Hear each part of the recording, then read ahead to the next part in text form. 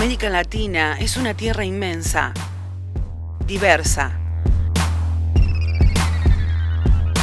Hoy nos disponemos a conocer a un grupo de personas, un colectivo humano que, sin importar las distancias geográficas y los límites entre naciones, lleva adelante una lucha incansable. La comunidad LGBTIQ.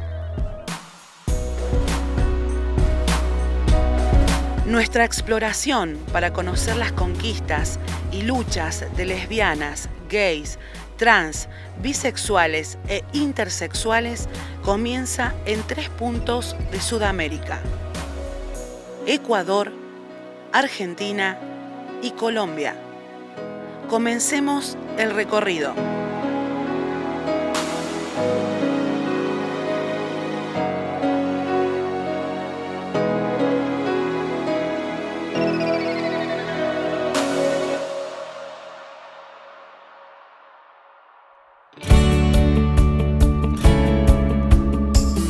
Si bien lo más importante es, creo yo, que el alcance del ordenamiento jurídico específico que tenemos en materia de diversidad sexual e identidad de género ha sido una de las conquistas más grandes de nuestro país, y yo creo que de latinoamericana la conquista, porque nos ha posicionado en un lugar privilegiado respecto a los otros países hermanos en cuanto a otorgar derechos a personas que antes no los tenían, y que estamos hablando del colectivo LGBTI. Otra pareja de homosexuales extranjeros vino al país para contraer matrimonio a propósito de la ley de matrimonio igualitario en la Argentina. Es el 4º caso de una pareja de extranjeros no residentes que se casa aquí en Buenos Aires. Sí.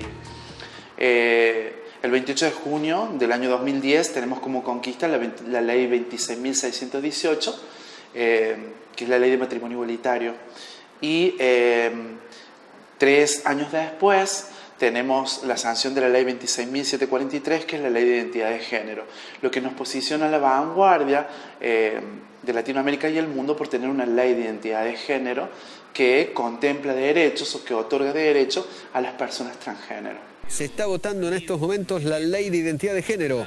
Hoy va a haber una larga sesión, hoy puede llegar a terminar 2, 3, 4 de la mañana, fácil. Bueno, soy Nicolás Ricci, tengo 24 años, soy un varón trans, o sea, biológicamente nací mujer. Bueno, ese es, digamos, el vínculo que yo tengo para militar el colectivo LGBTI.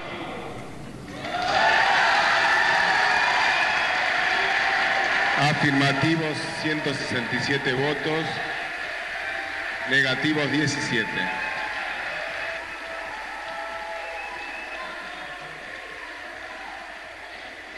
Bueno, en Argentina tenemos la ley 26.743, que es la ley de identidad de género, que garantiza a las personas trans con los tratamientos de reemplazo hormonales, con tener el DNI, o sea, para que el DNI, el Documento Nacional de Identidad, salga con el nombre autopercibido.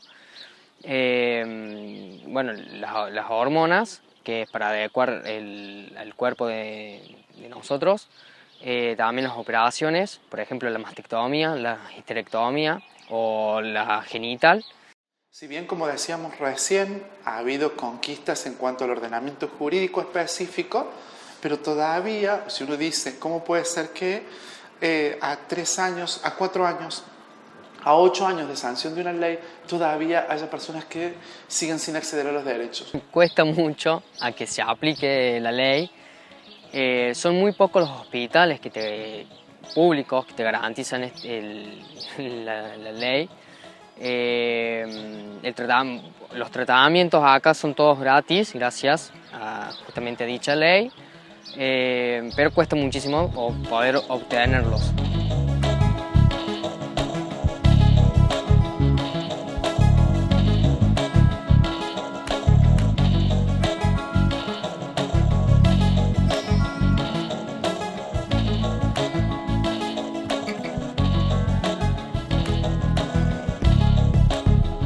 Las afueras del Congreso argentino en Buenos Aires fueron el epicentro al que llegaron asociaciones en defensa de los derechos del colectivo transexual que pidieron una ley de cupo laboral que asegure la inserción en la sociedad de esta minoría que aseguran se encuentra invisibilizada o abocada a la prostitución para sobrevivir.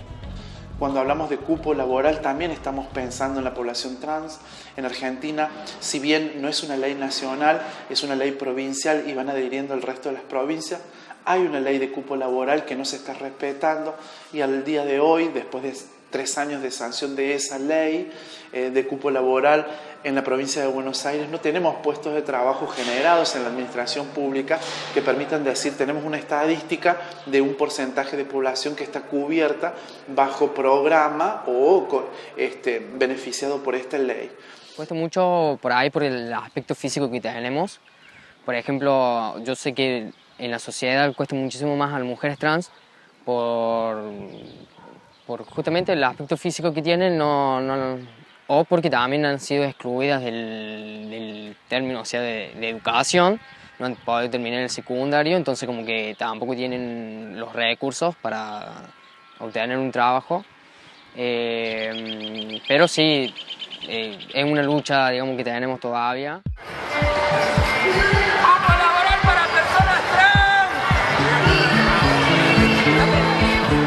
Hola, mi nombre es Ayelen Martínez, tengo 38 años, soy empleada municipal, desempeño tareas en la administración del sistema de salud.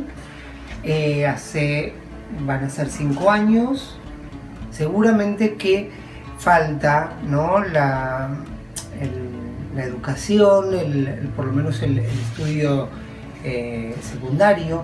Hasta hay muchas compañeras que también el estudio primario lo tienen incompleto porque eran de otra generación y tuvieron que salir o se excluyeron del hogar. Yo creo que estamos encaminados, que falta un poquito más de voluntad personal o de convicción personal de la compañera y un poquito más de voluntad política y esto va a ser algo totalmente normal en todo ámbito, público, privado, y me parece que estamos en el camino.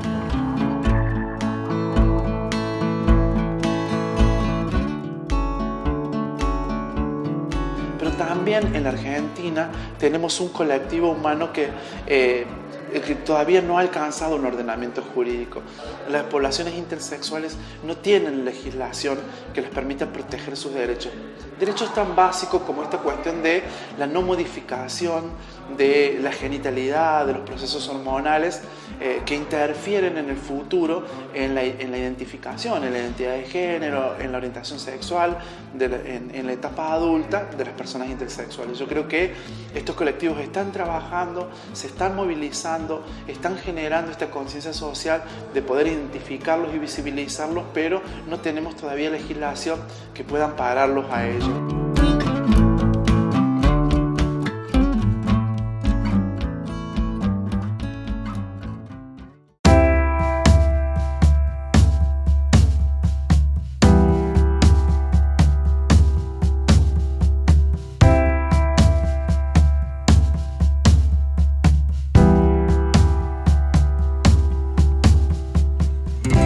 Nuestro camino para conocer el compromiso de la comunidad LGBTIQ llega a Colombia.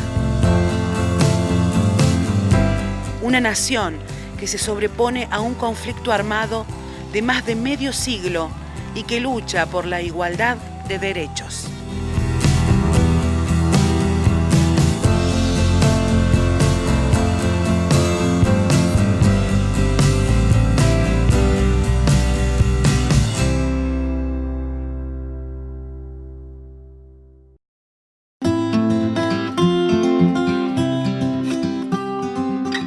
Yo creo que en el país ha habido avances legislativos en muchos temas de reconocimiento de derechos, más por procesos jurisprudenciales que legislativos, ¿sí? Es decir, se ha tenido que llegar a las Cortes para exigir la garantía de los derechos de la población. Esta decisión de la Corte Constitucional garantizará poder nombrarnos la una a la otra sin lugar a duda alguna como esposas. Nombrarnos nos dignifica. Somos iguales y así queremos ser tratadas. igualdad, justicia y libertad, la gran promesa de la democracia. Matrimonio civil. Sin embargo, creo que ha habido, precisamente por toda la serie de afectaciones, de agresiones, de falta de garantías de derechos que sufre la población LGBTI, no ha habido suficiente desarrollo e implementación de esas políticas, por un lado. Como lesbiana y como defensora de derechos humanos, tenemos que abordar primero el tema de por qué esas violencias. 1.737 personas lesbianas, gays, bisexuales o trans han sido reconocidas como víctimas del conflicto por su orientación sexual o identidad de género diversa, y estos son solo los casos registrados. Estamos hablando de un divorcio entre la legislación y los hechos de violencia sociopolítica contra población LGBTI. Estamos hablando de un país que todavía está en guerra. ¿Sí? Entonces, por un lado, a la legislación, que sí se han dado avances importantes, avances que ya se tenían de alguna u otra forma a nivel legislativo, solo que ahora el matrimonio se llama matrimonio. ¿Sí? Antes se podía constituir una sociedad civil de hecho con 2 testigos y se cobijaban los mismos derechos. ¿Sí? Pero el tema de la violencia sociopolítica ha hecho que actores armados, en especial cuando llegaron los grupos paramilitares, llegaban a incidir en una población tal donde no permitían que los hombres tuvieran el pelo largo, donde no permitían conductas homosexuales, donde a mujeres lesbianas muchas veces se les violentaba y se utilizaba la violencia sexual como un arma de guerra.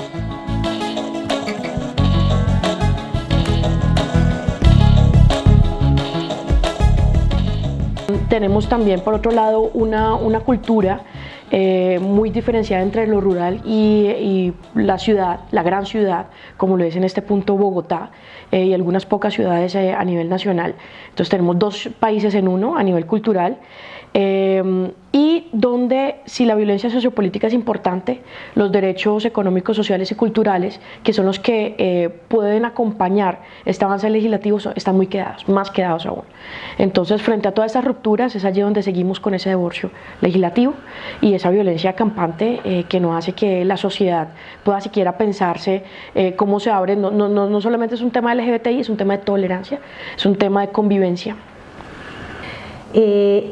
Justamente a propósito de la firma de los acuerdos con las FARC se dio un debate interno muy importante que coincidió además con el problema educativo en Colombia, y es qué tipo de educación en el sentido formal en la escuela, pero también qué tipo de educación en los hogares se está ofreciendo a las nuevas generaciones respecto a la sensibilidad y respecto a la aceptación de la diversidad de género en todo el territorio. Hola, yo soy Matilda González.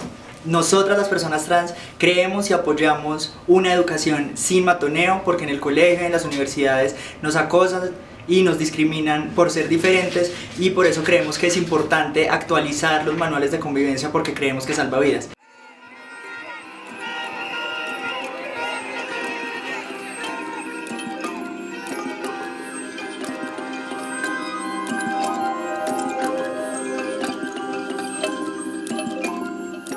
Pues también ha habido unos retrocesos importantes que se han sobre todo dados en el debate público, ¿sí? El año pasado, hace 2 años, cuando se convoca por ciertos sectores religiosos y políticos del país a la marcha por la familia, en la cual se defendía la familia, mamá, papá, hijos, como si fuera una contraposición a otras formas de familia, como si fuera la única forma de familia. Eso creo que puso sobre la mesa no solamente la falta de educación que hay en el tema, sino también cómo está de bien instalado y usado todo este tema de género por parte de ciertos sectores políticos.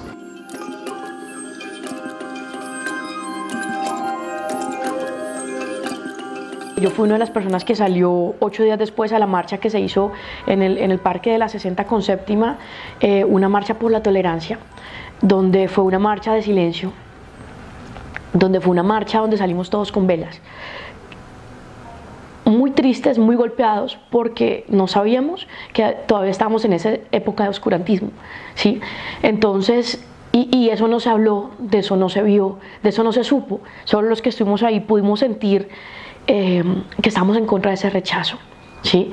Entonces, eso de nuevo no se multiplicó porque no tenía un fin político, pero existen muchas personas que ven al ser humano por encima de cualquier etiqueta que se le quiera poner. Y también eso es válido y tenemos que rescatarlo.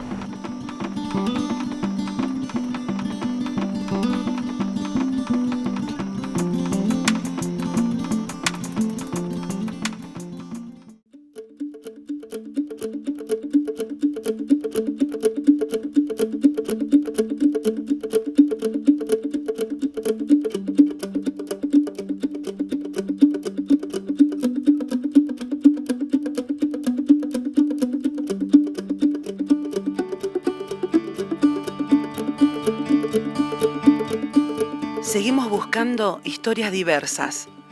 Arribamos a Ecuador, un país donde los integrantes de la comunidad LGBTIQ aplican nuevas herramientas para vencer los estereotipos y la discriminación.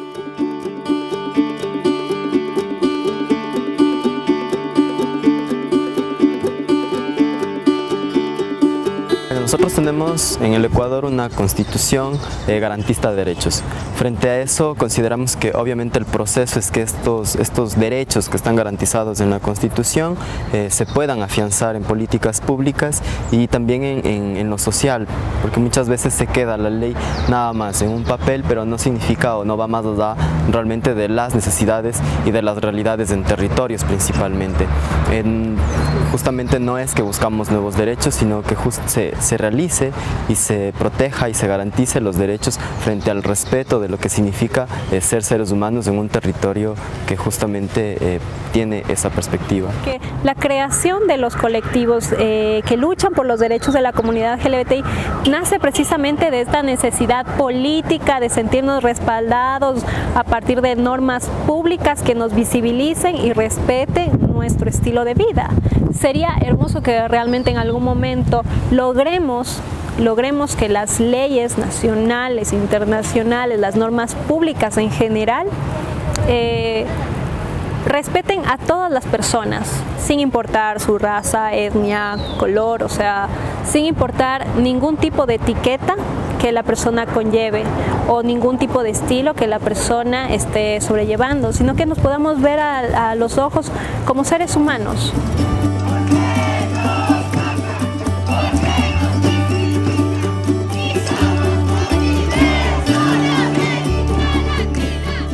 Bueno, a partir del 97, en el 98 se reconoce por primera vez en la Constitución del Ecuador el tema de no discriminación por orientación sexual.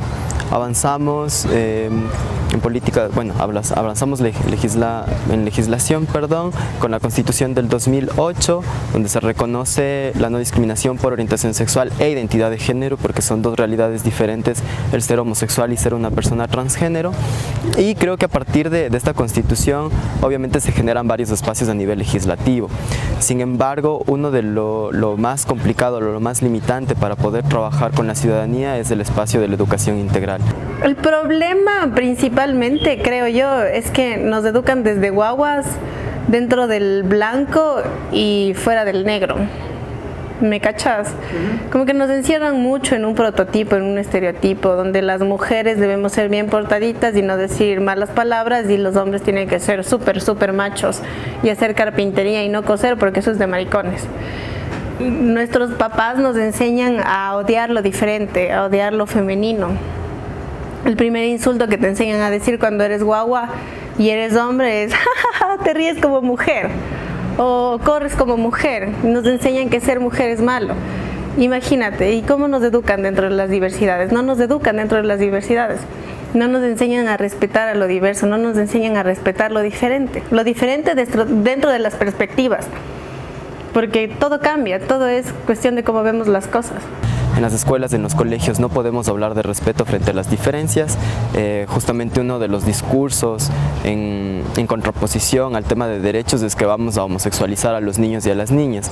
Realmente nuestro afán como población y como organizaciones es poder trabajar desde la niñez, hablando desde el respeto como seres humanos, mucho más allá de las concepciones de orientación sexual, identidad de género, sino que sean estos espacios obviamente amigables y sensibles al tema de las diferencias, cuáles las que sean estas diferencias.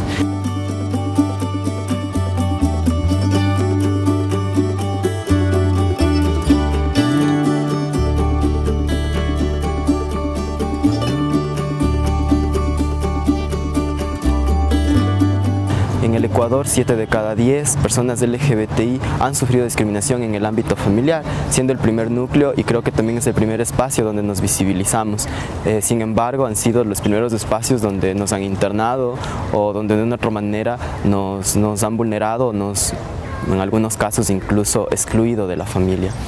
Esto ha sido una realidad hace 20 años, sigue siendo una realidad ahora, no es algo que esté muy alejado de nuestras construcciones como Ibarra, como Imbabura. Lamentablemente la organización cuenta con algunos casos y hemos hecho acercamientos a adolescentes que han sufrido o están pasando por esto. Y luego sigue el ámbito educativo, creo que es otro espacio también súper complejo, el ver cómo los adolescentes y desde los profesores, los docentes, generan discriminación y violencia a los compañeros por ser o parecer, digo yo. Muchas veces ni siquiera es un tema de identidad o de empoderamiento o de visibilidad, sino solo el miedo a lo diferente. Hay que cambiar cosas desde lo chiquitito, porque son cosas mínimas, que realmente si tú normalizas esas cosas mínimas, que si crees que esas cosas mínimas es común, es normal que se burlen con ciertas cosas, poco a poco se va normalizando que la agresión ascienda a ámbitos mucho más generales. Creo que son las brechas más complejas.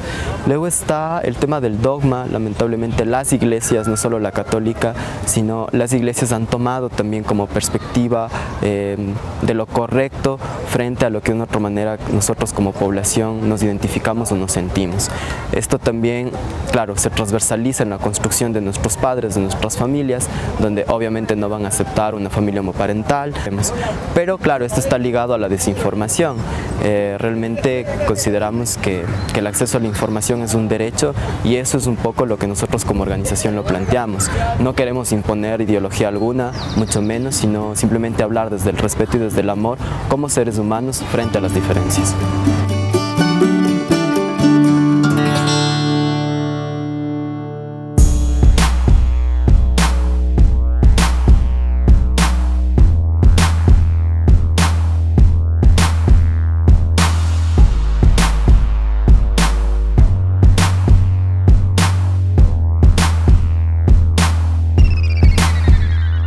Yo creo que tener en cuenta algo muy importante. Yo creo que las conquistas sociales obtenidas en la Argentina son pura y exclusivamente, en la Argentina y en el mundo, son pura y exclusivamente el resultado del trabajo de las organizaciones sociales que están permanentemente mostrando o generando esta cuestión social y en particular las necesidades que tienen los distintos colectivos humanos.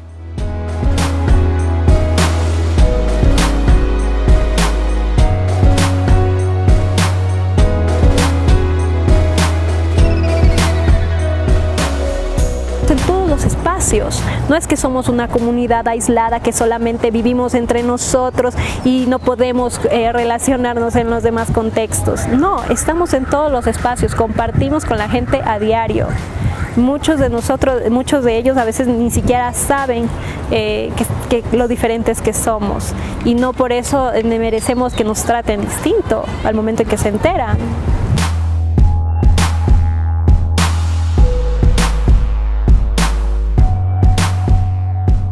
Creo que trabajar desde la familia, trabajar desde el espacio de comunicación, trabajar desde el espacio de articulación con las instituciones, trabajar con los otros movimientos han sido estrategias establecidas hace varias décadas. Creo que podríamos retomar ese tipo de estrategias y alianzas para poder volver a plantear la temática desde esta estructura como seres humanos, para poder seguir incidiendo en lo público y en lo privado.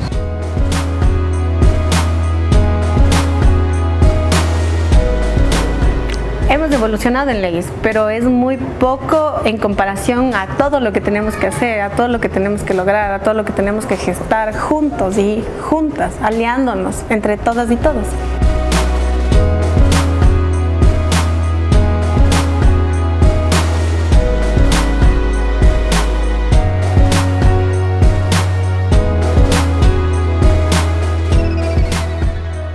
Este es apenas el comienzo de la travesía. Queda un mapa infinito por caminar. Te invitamos a sumar tu voz. Queremos escucharte. Las historias diversas de América Latina nos esperan.